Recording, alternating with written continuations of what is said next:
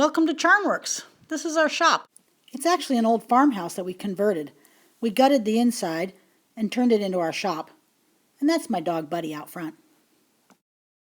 This is where it all starts, at the drafting table. Here at the waxing table, we can create an original design carved out of wax. We can also make a new piece of jewelry out of metal. We call that a master model. We'll do that at the jeweler's bench. The master model is then molded so that we can make duplicates of the new design. The duplicates are made out of wax.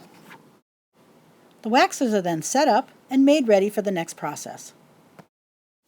It looks like this. This is called a tree. Here is where we mix up the plaster to pour over the waxes. That's called investing. Once the investment has hardened, we put the flask in the kiln and the wax is melted out. This is the casting machine. It melts the metal and spins. The centrifugal force will fill the flask with the molten metal. The hot flask is then quenched in water. Here are the castings after the investment has been cleaned off. Once the cast is done, the finishing process begins.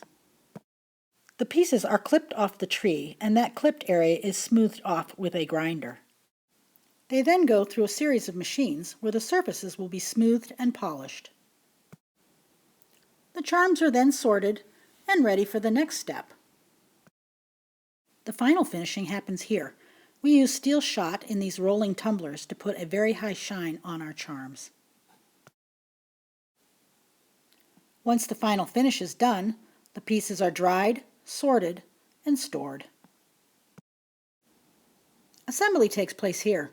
The charms can be made into earrings, necklaces, and bracelets. Here's a sneak peek at some new designs. They're ready to be photographed and put up on the website. Thanks for taking the tour. These are my working companions. Cute, huh?